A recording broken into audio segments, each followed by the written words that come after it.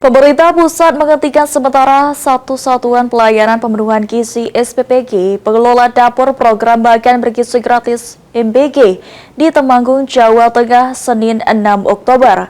Penghentian itu karena pihak SPPG tidak menjalankan standar operasional prosedur yang menyebabkan insiden keracunan.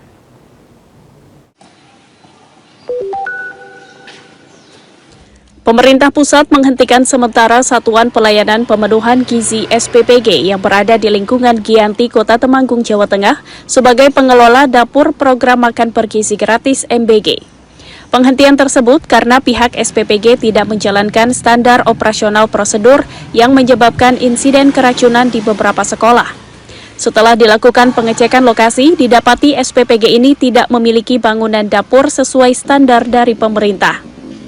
Ketua Satgas Percepatan MBG Temanggung, Ripto Susilo, Senin 6 Oktober mengatakan, penghentian sementara dilakukan hingga hasil evaluasi dan data laboratorium keluar.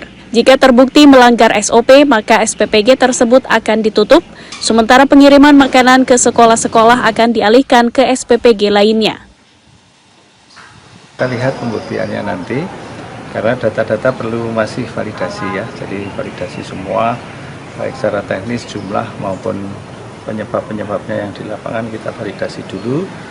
Kemudian hari ini nanti insya Allah akan kita lakukan rapat koordinasi secara komprehensif, nanti langkahnya seperti apa kita sampaikan kemudian.